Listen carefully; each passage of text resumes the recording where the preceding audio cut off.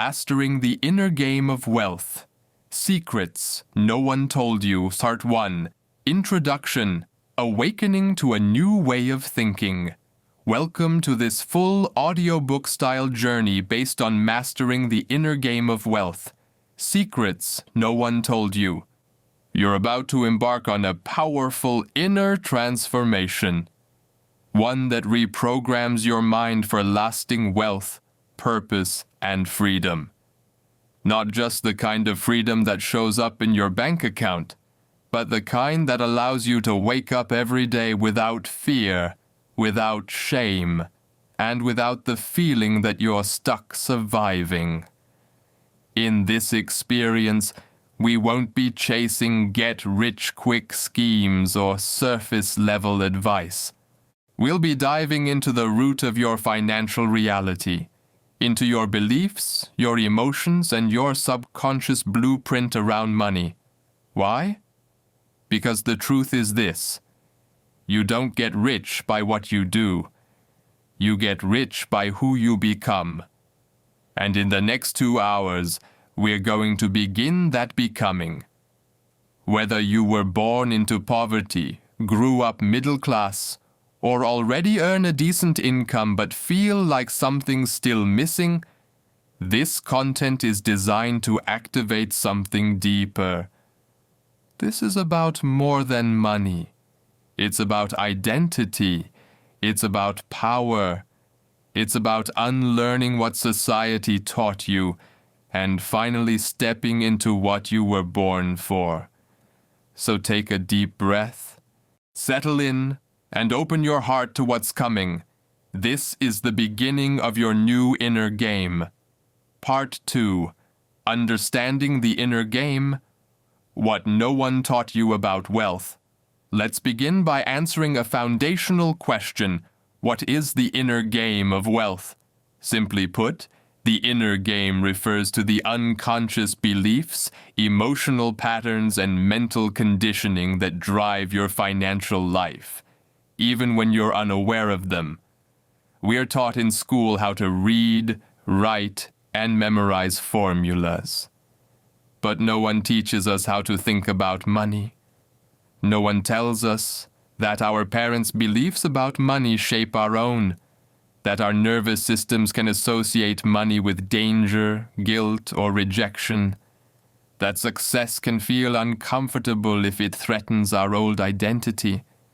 The result?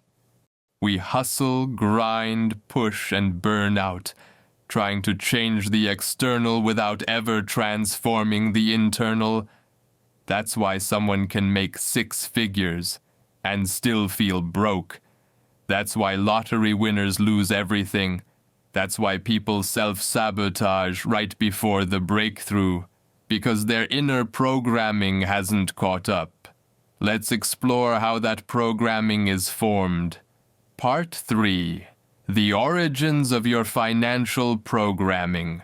By the time you were 7 years old, your brain had already absorbed thousands of unspoken lessons about money. Think about it. What did you hear your parents say when the bills arrived? How did they react to rich people on TV? Were you taught that money is freedom? Or that money is stress? Were you told to dream big or to be realistic? Those messages went straight into your subconscious mind, like lines of code. For example, if you heard, "We can't afford that all the time," your brain linked desire with disappointment. If your parents fought over money, your nervous system linked money with conflict. If religious leaders taught that wealth is sinful, your spirit linked money with shame. You didn't choose these beliefs, but they became the operating system running your life. This is your money blueprint, a subconscious map that dictates how much you earn, how much you feel safe keeping, whether you invest or overspend, whether you welcome wealth or push it away. So how do we change that internal thermostat? How do we actually reprogram the inner game? Here's the good news. Your brain is neuroplastic. That means it can change. Your patterns are not permanent. The process takes 3 steps: awareness, intention, and repetition. 1. Awareness. You can't change what you don't see. Begin by journaling on these questions. What did I learn about money growing up? What emotions do I associate with wealth? Do I feel uncomfortable when I have too much? Do I fear judgment if I become wealthy? Don't rush. Sit with these questions. 2. Intention. Now that you're aware, ask yourself, what do I choose to believe now? What kind of wealth identity do I want to build? Start replacing disempowering beliefs with affirming truths. I am worthy of wealth. The more money I have, the more good I do. Wealth is a natural extension of my value. 3. Repetition. Your mind believes what it hears often. Repetition is how beliefs are formed and how they are broken. Use daily affirmations, record them, listen to them, speak them. Visualize your future self. Write it, see it, feel it. The more often you feed your mind with your new story, the more real it becomes. Your subconscious doesn't care if it's true, only if it's repeated. So, repeat abundance, repeat wealth, repeat worthiness, until it becomes automatic. Part 5. Rich mind versus poor mind. How wealthy people think differently. This is where the book becomes truly transformational, by contrasting how the rich think versus how the poor think. Not in terms of morality or character, but in terms of mindset. Let's break it down. 1. Rich people believe they create their life. Poor people believe life happens to them.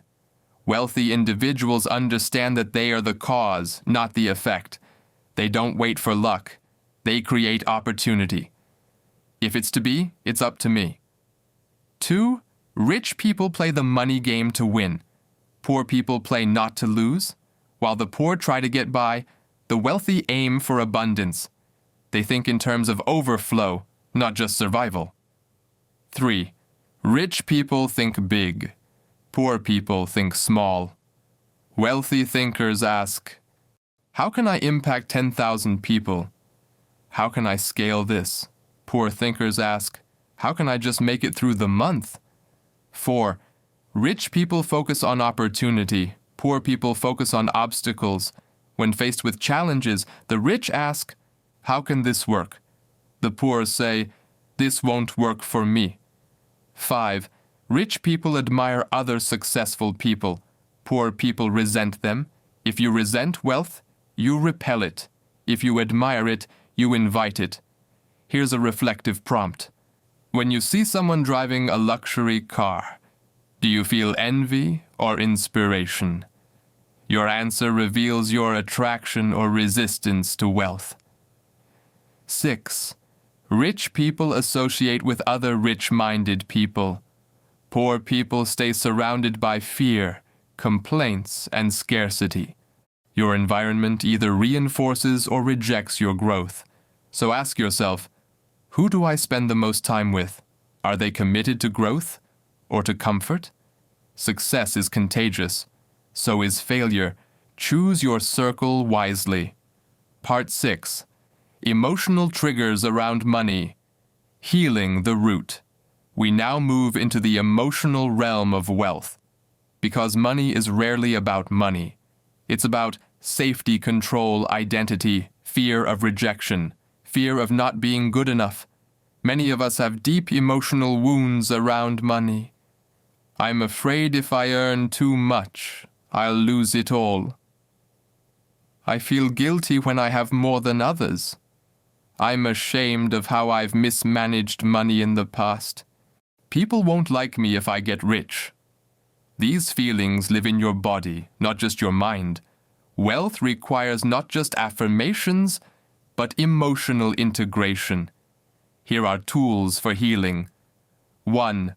Write a letter to money, apologize. Express your guilt, share your fears, then write a reply. From money back to you. Let it speak love, truth, and compassion. 2. Inner child work. Close your eyes. Visualize the younger you, the one who learned money was scary. Tell them, you are safe now. You are provided for. We're learning something new. 3. Somatic practices. Breathe into your body when financial fear arises. Notice where you hold tension, chest, gut, throat. Remind your body. It's okay to feel safe with money. 4. Forgiveness. Ritual. List everyone you blame financially. Parents, employers, partners, even yourself. Say, I forgive you. I release this burden. I choose freedom. Wealth is not just created through strategy, but through healing. Part 7. Rewriting the story. Building your wealth identity. Here's a powerful truth. You will always act in alignment with who you believe you are. If your identity is, I'm bad with money, I'm always broke, I just can't hold on to success, then your behavior will match. Wealth creation begins with identity creation. Let's build your new self-concept now. Step 1. Define your wealth identity. Ask, who do I want to be financially? How do they think, speak, and behave? Example. I am a conscious, powerful creator. I attract money easily. I use it for good. I honor my worth. I make wise decisions. I trust myself. Step 2. Speak it daily. Repeat it every morning and night. Say it aloud, record it, and listen to it on loop. Step 3. Act as if. Start behaving like that version of you today. How would they dress? What would they read? Who would they hang around? What would they say no to? Identity is a daily choice, not a title you earn. You become rich in your mind long before your bank balance reflects it. Chapter 9. Mastering Emotional Control. The Hidden Wealth Regulator. In the pursuit of wealth, most people focus on strategies, tools, and external resources. But there's one internal force more powerful than any business tactic: emotional control. When you learn to master your emotions, especially in high-stakes moments, you unlock a level of financial consistency that's impossible to achieve through logic alone. Fear, greed, and impatience are the primary emotional saboteurs of wealth. Consider a person who panics during a stock market dip. Their fear causes them to sell at a loss. Then, when prices rise again, their greed makes them buy back in, often too late. This emotional cycle leads to perpetual loss. And now compare that to someone who can remain calm. They follow their strategy, trust the process, and execute with patience. Over time, this person wins, consistently. Practical strategies to master emotional control. Create a decision checklist. Before making financial decisions, especially large ones, ask, am I making this from logic or emotion? Journal your financial feelings. At the end of each day or week, write down what made you feel anxious or impulsive about money. Meditation and breath work. Learn how to slow your body and calm your mind. This regulates emotional reactions in real time. Use time as a buffer. Implement a cooling-off period before making purchases, quitting a job, or switching strategies. Emotionally calm people make wealth building look effortless. That's because they are not ruled by the tides of the moment. They are grounded in long-term vision. Chapter 10. Redefining Wealth. Beyond Money. True wealth isn't just financial. This may seem counterintuitive in a book about the inner game of wealth, but here's the truth. If you chase money without peace, meaning, or freedom, you're still poor. The author explains that wealth must be holistic, encompassing time freedom. Can you spend your hours as you please? Emotional wealth. Do you wake up with peace, not panic? Relational wealth. Are your relationships rich with love and trust? Spiritual wealth. Do you feel aligned with your purpose and your Creator? You could have millions in your bank account and still feel broke inside. So how do you master this fuller version of wealth? Start by defining your own success. For some, it's $10 million. For others, it's just enough to work part-time, travel with family, and live in peace. Once your values are clear, your goals become aligned, and your energy stops scattering in 20 directions. This inner clarity becomes the compass that drives every financial decision. You're no longer chasing someone else's version of wealth. You're building your own. Chapter 11. The Wealth Identity. Becoming the person who attracts abundance. Now we arrive at one of the most powerful and often overlooked principles of wealth. Your identity shapes your reality. If deep down you believe you're bad with money, not the type to be rich, or too behind to catch up, your subconscious will sabotage every opportunity for growth. The solution isn't more hustle, it's identity transformation. Here's how to build your wealth identity. Visualization. Each morning, spend 5 minutes visualizing yourself living as your wealthy self. Not just what you have, but how you feel, how you walk, how you speak, how you lead. Language upgrade. Replace limiting phrases like, I can't afford that, with empowering ones like, how can I create the means to afford that?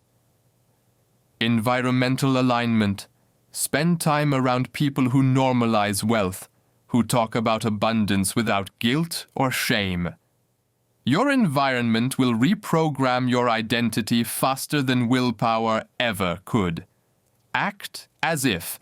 Begin behaving like the person who already owns their desired life. Do they procrastinate, doubt themselves, or do they move with clarity and conviction? Remember, you don't get wealthy to become someone different. You become someone different to get wealthy. Chapter 12. The secret most people never hear. Energy, vibration, and financial flow. This final chapter touches on what some might call spiritual, but the author argues it's more scientific than mystical. Wealth flows to those who are energetically aligned with abundance. What does that mean? It means that your emotions, your thoughts, and your physical energy emit signals. Signals that either attract or repel opportunities. High vibration energy, like gratitude, enthusiasm, joy, creativity, makes you magnetic. It increases your capacity to receive. Low vibration energy, like resentment, scarcity, shame, or doubt, creates resistance. Here's how to tune your energy to attract wealth. Gratitude practice. Begin each day listing what you're thankful for. Gratitude isn't just a feel-good habit. It raises your frequency to abundance. Declutter your space. Physical clutter equals mental clutter. A clean, minimal space invites mental clarity and energetic flow. Forgive past failures. Release yourself from shame about past mistakes with money. That energy keeps you locked in a cycle of sabotage. Joyful action. Engage in activities that light you up.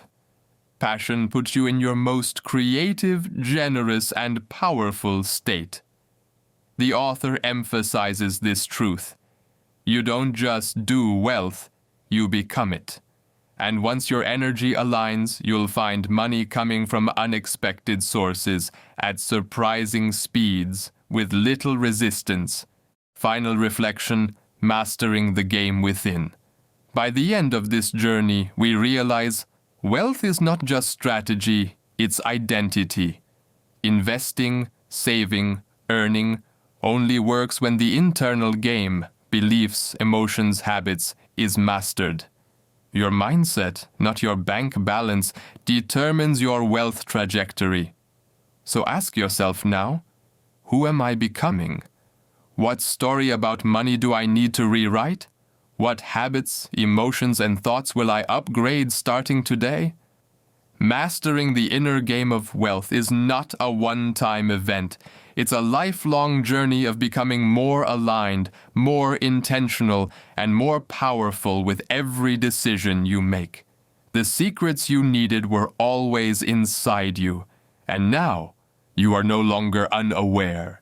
You are no longer unarmed. You are no longer unworthy. You are wealthy within.